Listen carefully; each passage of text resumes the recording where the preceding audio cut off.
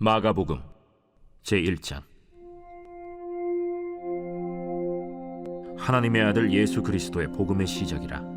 선지자 이사야의 글에 보라, 내가 내 사자를 내 앞에 보내노니 그가 내 길을 준비하리라. 광야에 외치는 자의 소리가 있어 이르되 너희는 주의 길을 준비하라. 그의 오실 길을 곧게 하라.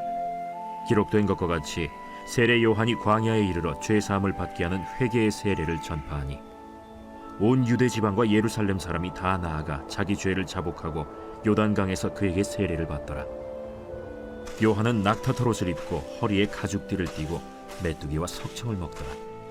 그가 전파하여 이르되 나보다 능력 많으시니가 내 뒤에 오시나니 나는 굽혀 그의 신발끈을 풀기도 감당하지 못하겠노라.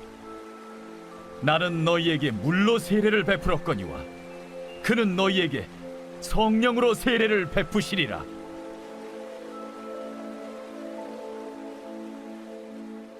그때 예수께서 갈릴리 나사렛으로부터 와서 요단강에서 요한에게 세례를 받으시고 곧 물에서 올라오실세 하늘이 갈라짐과 성령이 비둘기같이 자기에게 내려오심을 보시더니 하늘로부터 소리가 나기를 너는 내 사랑하는 아들이라. 내가 너를 기뻐하노라. 성령이 곧 예수를 광야로 몰아내신지라. 광야에서 40일을 계시면서 사탄에게 시험을 받으시며 들짐승과 함께 계시니 천사들이 수종들더라. 요한이 잡힌 후 예수께서 갈릴리에 오셔서 하나님의 복음을 전파하여 때가 찼고 하나님의 나라가 가까이 왔으니 회개하고 복음을 믿으라.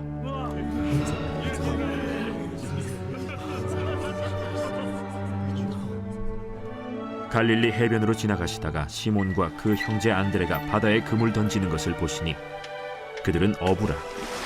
나를 따라오라. 내가 너희로 사람을 낚는 어부가 되게 하리라. 하시니 곧 그물을 버려두고 따르니라. 조금 더 가시다가 세베대의 아들 야고보와 그 형제 요한을 보시니 그들도 배에 있어 그물을 깁는데 곧 부르시니 그 아버지 세베대를 품꾼들과 함께 배에 버려두고 예수를 따라가니라. 그들이 가버나움에 들어가니라. 예수께서 곧 안식일에 회당에 들어가 가르치시매 무사람이 그의 교훈에 놀라니 이는 그가 가르치시는 것이 권위 있는 자와 같고 서기관들과 같이 아니하밀러라. 마침 그들의 회당에 더러운 귀신 들린 사람이 있어 소리질러 이르되 나사렛 예수여, 우리가 당신과 무슨 상관이 있나이까? 우리를 멸하러 왔나이까? 나는 당신이 누구인 줄 아노니 하나님의 거룩한 자니이다. 잠잠하고 그 사람에게서 나오라.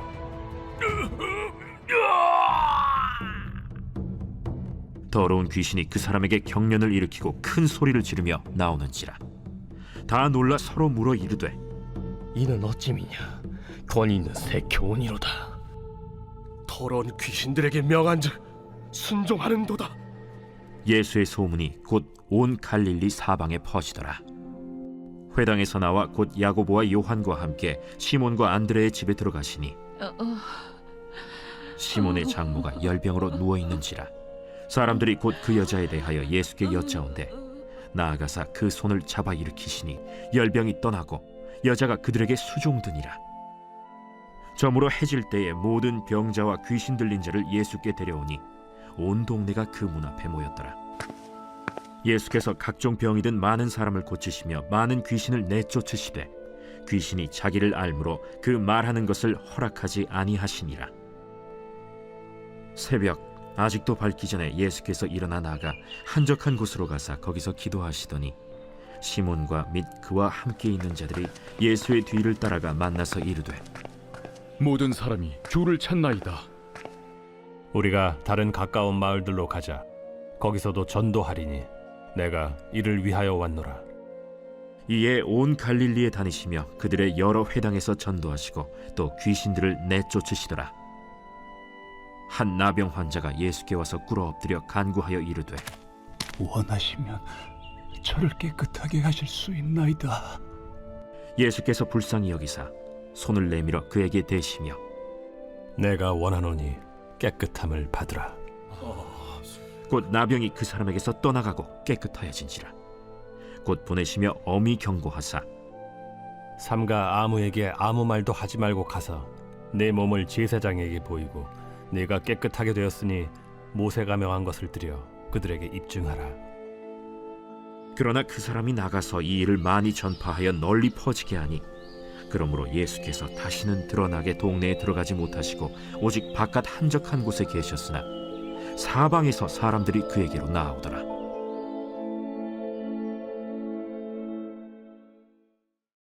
제2장.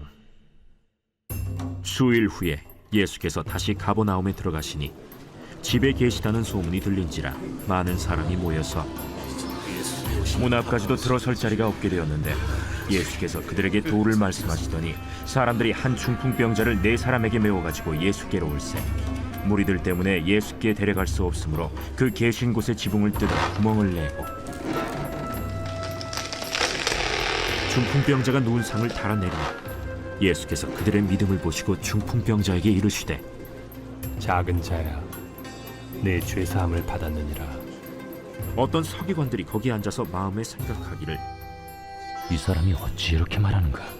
신성 모독이로다. 오직 하나님 한 분 외에는 누가 능히 죄를 사하겠느냐? 그들이 속으로 이렇게 생각하는 줄을 예수께서 곧 중심에 아시고 어찌하여 이것을 마음에 생각하느냐? 중풍병자에게 네 죄사함을 받았느니라 하는 말과 일어나 네 상을 가지고 걸어가라 하는 말 중에서 어느 것이 쉽겠느냐? 그러나 인자가 땅에서 죄를 사하는 권세가 있는 줄을 너희로 알게 하려 하노라. 하시고 중풍병자에게 말씀하시되 내가 네게 이르노니 일어나 네 상을 가지고 집으로 가라. 그가 일어나 곧 상을 가지고 모든 사람 앞에서 나가거늘 그들이 다 놀라 하나님께 영광을 돌리며 우리가 이런 일을 도무지 보지 못하였다.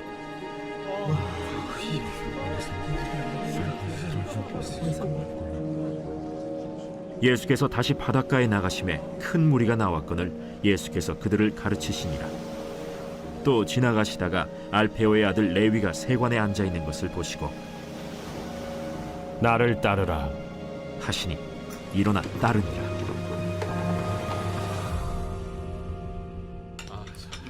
그의 집에 앉아 잡수실 때에 많은 세리와 죄인들이 예수와 그의 제자들과 함께 앉았으니 이는 그러한 사람들이 많이 있어서 예수를 따름이러라.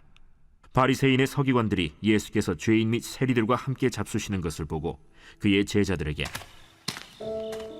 어찌하여 세리 및 죄인들과 함께 먹는가? 예수께서 들으시고 그들에게 이르시되 건강한 자에게는 의사가 쓸데없고 병든 자에게라야 쓸데있느니라. 나는 의인을 부르러 온 것이 아니요 죄인을 부르러 왔노라. 요한의 제자들과 바리새인들이 금식하고 있는지라 사람들이 예수께 와서 말하되 요한의 제자들과 바리새인의 제자들은 금식하는데 어찌하여 당신의 제자들은 금식하지 아니하나이까? 혼인집 손님들이 신랑과 함께 있을 때 금식할 수 있느냐? 신랑과 함께 있을 동안에는 금식할 수 없느니라. 그러나 신랑을 빼앗길 날이 이르리니 그날에는 금식할 것이니라. 생배 조각을 낡은 옷에 붙이는 자가 없나니 만일 그렇게 하면 기운 새 것이 낡은 그것을 당기어 헤어짐이 더하게 되느니라. 새 포도주를 낡은 가죽 부대에 넣는 자가 없나니 만일 그렇게 하면 새 포도주가 부대를 터뜨려 포도주와 부대를 버리게 되리라. 오직 새 포도주는 새 부대에 넣느니라. 안식일에 예수께서 밀밭 사이로 지나가실새 그의 제자들이 길을 열며 이삭을 자르니 바리새인들이 예수께 말하되 보시오, 저들이 어찌하여 안식일에 하지 못할 일을 하나이까? 다윗이 자기와 및 함께한 자들이 먹을 것이 없어 시장할 때 한 일을 읽지 못하였느냐? 그가 아비아달 대제사장 때 하나님의 전에 들어가서 제사장 외에는 먹어서는 안 되는 진설병을 먹고 함께한 자들에게도 주지 아니하였느냐? 안식일이 사람을 위하여 있는 것이요 사람이 안식일을 위하여 있는 것이 아니니 이러므로 인자는 안식일에도 주인이니라.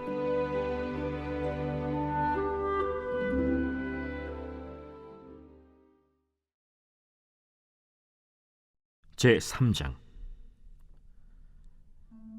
예수께서 다시 회당에 들어가시니 한쪽 손 마른 사람이 거기 있는지라. 사람들이 예수를 고발하려 하여 안식일에 그 사람을 고치시는가 주시하고 있거늘 예수께서 손 마른 사람에게 이르시되 한가운데 일어서라. 안식일에 선을 행하는 것과 악을 행하는 것, 생명을 구하는 것과 죽이는 것, 어느 것이 옳으냐? 그들이 잠잠하거늘 그들의 마음이 완악함을 탄식하사 노하심으로 그들을 둘러보시고 그 사람에게 내 손을 내밀라. 내밀매 그 손이 회복되었더라. 바리새인들이 나가서 곧 헤롯 당과 함께 어떻게 하여 예수를 죽일까 의논하니라.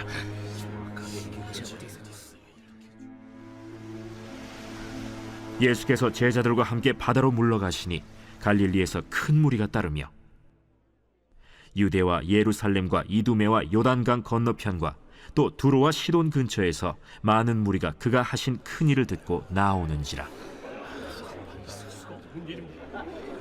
예수께서 무리가 애워싸 미는 것을 피하기 위하여 작은 배를 대기하도록 제자들에게 명하셨으니 이는 많은 사람을 고치셨으므로 병으로 고생하는 자들이 예수를 만지고자 하여 몰려왔습니다.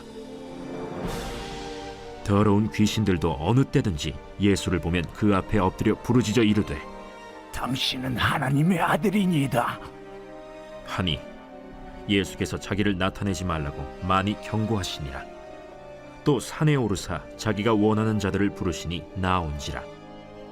이에 12를 세우셨으니 이는 자기와 함께 있게 하시고 또 보내사 전도도 하며 귀신을 내쫓는 권능도 가지게 하려 하심이로라. 이 12를 세우셨으니 시몬에게는 베드로란 이름을 더하셨고 또 세베대의 아들 야고보와 야고보의 형제 요한이니 이 둘에게는 보아너게 곧 우레의 아들이란 이름을 더하셨으며 또 안드레와 빌립과 바돌로메와 마테와 도마와 알페오의 아들 야고보와 및 다데오와 가나나인 시몬이며 또 가룟 유다니 이는 예수를 판 자더라. 집에 들어가시니 무리가 다시 모이므로 식사할 겨를도 없는지라. 예수의 친족들이 듣고 그를 붙들러 나오니 이는 그가 미쳤다 하밀러라.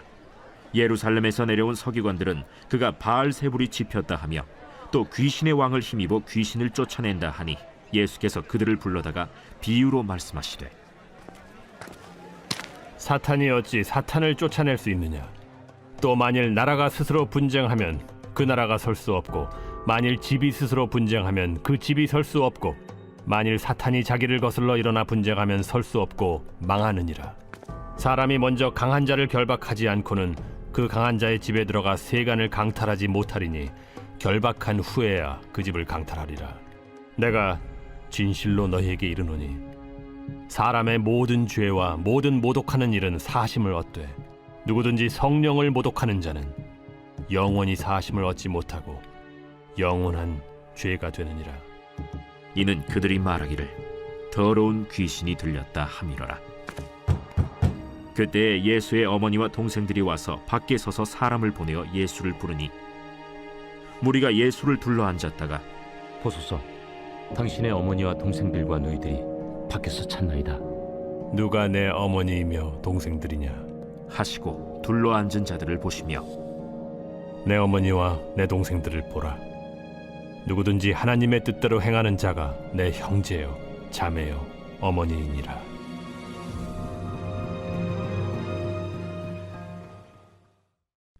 제4장.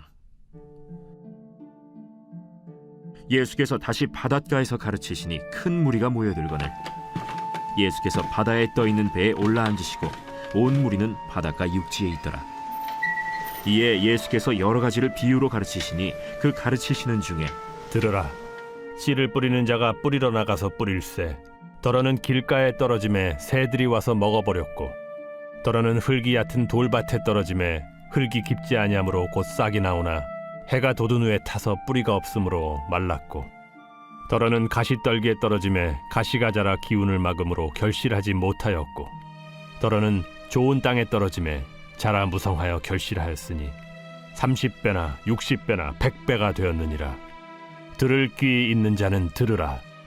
예수께서 홀로 계실 때 함께한 사람들이 12 제자와 더불어 그 비유들에 대하여 물으니 하나님 나라의 비밀을 너희에게는 주었으나 외인에게는 모든 것을 비유로 하나니 이는 그들로 보기는 보아도 알지 못하며 듣기는 들어도 깨닫지 못하게 하여 돌이켜 죄사함을 얻지 못하게 하려 함이라. 너희가 이 비유를 알지 못할진대 어떻게 모든 비유를 알겠느냐? 뿌리는 자는 말씀을 뿌리는 것이라. 말씀이 길가에 뿌려졌다는 것은 이들을 가리킴이니 곧 말씀을 들었을 때 사탄이 즉시 와서 그들에게 뿌려진 말씀을 빼앗는 것이요. 또 이와 같이 돌밭에 뿌려졌다는 것은 이들을 가리킴이니 곧 말씀을 들을 때 즉시 기쁨으로 받으나 그 속에 뿌리가 없어 잠깐 견디다가 말씀으로 인하여 환난이나 박해가 일어나는 때에는 곧 넘어지는 자요. 또 어떤 이는 가시떨기에 뿌려진 자니 이들은 말씀을 듣기는 하되 세상의 염려와 재물의 유혹과 기타 욕심이 들어와 말씀을 막아 결실하지 못하게 되는 자요. 좋은 땅에 뿌려졌다는 것은 곧 말씀을 듣고 받아 30배나 60배나 100배의 결실을 하는 자니라. 사람이 등불을 가져오는 것은 말 아래나 평상 아래 두려 함이냐? 등경 위에 두려 함이 아니냐? 드러내려 하지 않고는 숨긴 것이 없고 나타내려 하지 않고는 감추인 것이 없느니라. 들을 귀에 있는 자는 들으라. 너희가 무엇을 듣는가 스스로 삼가라. 너희의 헤아리는 그 헤아림으로 너희가 헤아림을 받을 것이며 더 받으리니 있는 자는 받을 것이요 없는 자는 그 있는 것까지도 빼앗기리라. 하나님의 나라는 사람이 씨를 땅에 뿌림과 같으니 그가 밤낮 자고 깨고 하는 중에 씨가 나서 자라되 어떻게 그리려는지를 알지 못하느니라. 땅이 스스로 열매를 맺되 처음에는 싹이요 다음에는 이삭이요 그 다음에는 이삭의 충실한 곡식이라. 열매가 익으면 곧 낫을 대나니 이는 추수 때가 이르렀음이라. 우리가 하나님의 나라를 어떻게 비교하며 또 무슨 비유로 나타낼까? 겨자씨 한 알과 같으니 땅에 심길 때에는 땅 위의 모든 씨보다 작은 것이로되 심긴 후에는 자라서 모든 풀보다 커지며 큰 가지를 내나니 공중의 새들이 그 그늘에 깃들일 만큼 되느니라. 예수께서 이러한 많은 비유로 그들이 알아들을 수 있는 대로 말씀을 가르치시되 비유가 아니면 말씀하지 아니하시고 다만 혼자 계실 때에 그 제자들에게 모든 것을 해석하시더라. 그날 저물 때 제자들에게 이르시되 우리가 저편으로 건너가자. 그들이 무리를 떠나 예수를 배에 계신 그대로 모시고 가매 다른 배들도 함께 하더니 큰 광풍이 일어나며 물결이 배에 부딪혀 들어와 배에 가득하게 되었더라. 예수께서는 고물에서 베개를 베고 주무시더니 제자들이 깨우며 이르되 선생님이여, 우리가 죽게 된 것을 돌보지 아니하시나이까? 예수께서 깨어 바람을 꾸짖으시며 바다더러 이르시되 잠잠하라 고요하라 하시니 바람이 그치고 아주 잔잔해지더라. 이에 제자들에게 어찌하여 이렇게 무서워하느냐? 너희가 어찌 믿음이 없느냐? 하시니 그들이 심히 두려워하여 서로 말하되 그가 누구이기에 바람과 바다도 순종하는가?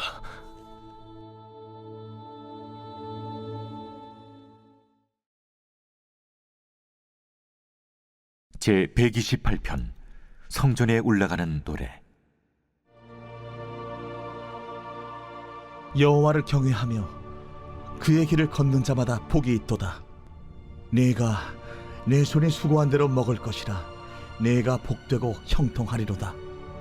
내 집 안방에 있는 내 아내는 결실한 포도나무 같으며 내 식탁에 둘러앉은 자식들은 어린 감람나무 같으리로다. 여호와를 경외하는 자는 이같이 복을 얻으리로다. 여호와께서 시온에서 내게 복을 주실지어다. 너는 평생에 예루살렘의 번영을 보며 내 자식의 자식을 볼지어다. 이스라엘에게 평강이 있을지로다.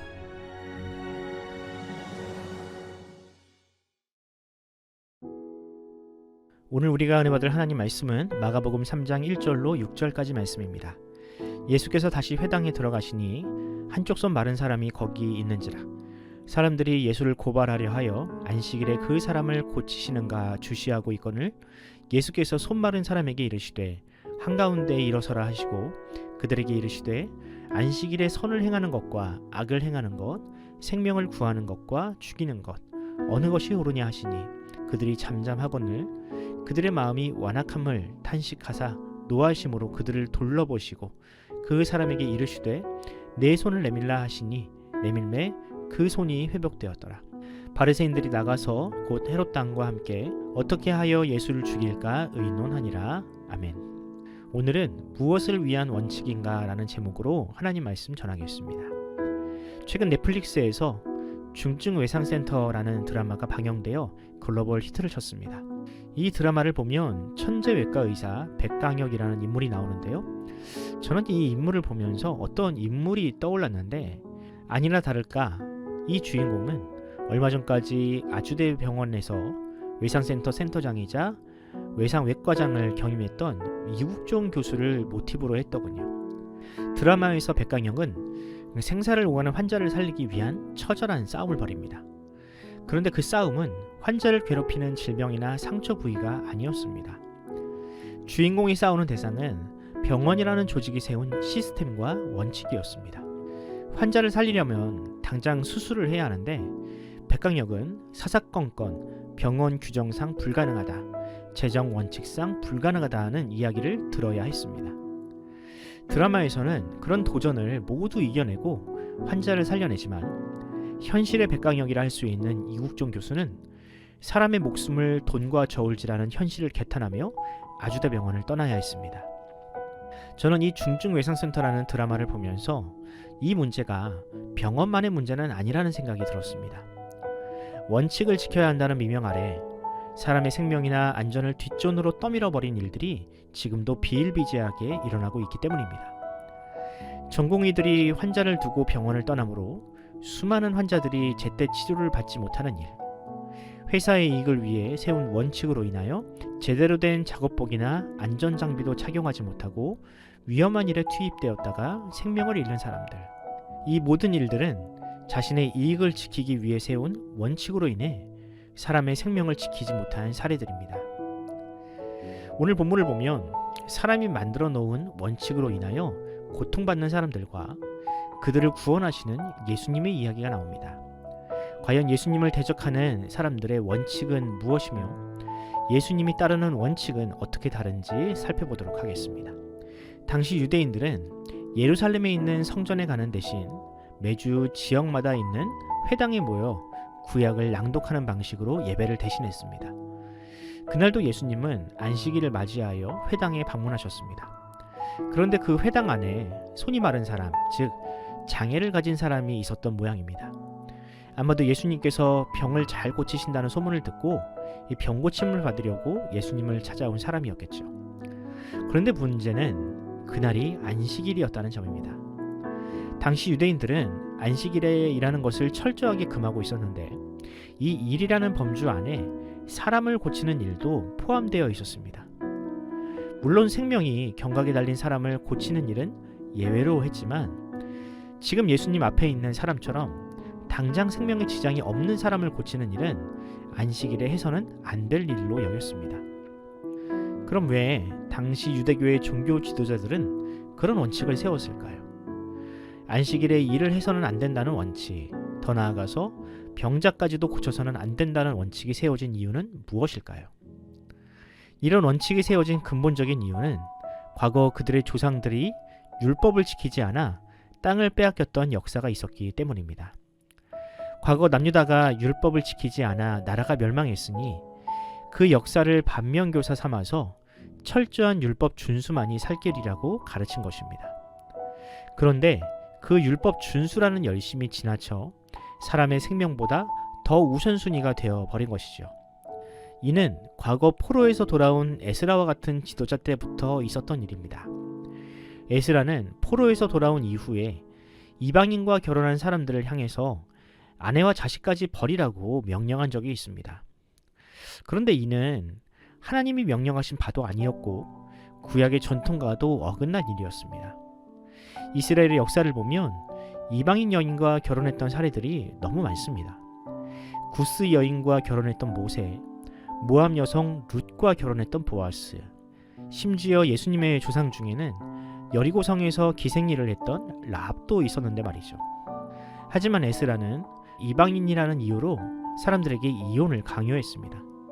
그렇게 집에서 쫓겨난 여성과 아이들은 생계와 생명의 위협을 당하게 될 텐데 말입니다.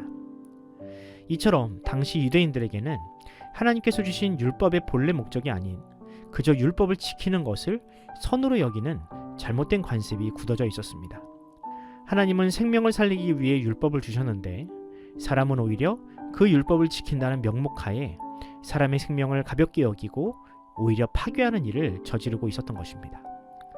지금 예수님이 계시는 회당에서도 마찬가지 일이 일어났습니다. 유대인들과 바리새인들은 예수님께서 병자를 고치시는지 그냥 두고 보시는지 두 눈을 시퍼렇게 뜨고 보고 있었습니다. 아무리 병을 고치는 일이 선한 일이라도 자신들이 세운 원칙을 벗어나면 그것은 그들에게 곧 악이었기 때문입니다. 예수님은 이런 그들의 잘못된 생각을 바꾸려 하셨습니다. 바리새인들의 말대로 굳이 그날 그 장애를 가진 사람을 고칠 필요가 없음에도 예수님은 율법에 대한 사람들의 오해를 고치기 위해 그 사람을 고치셨습니다.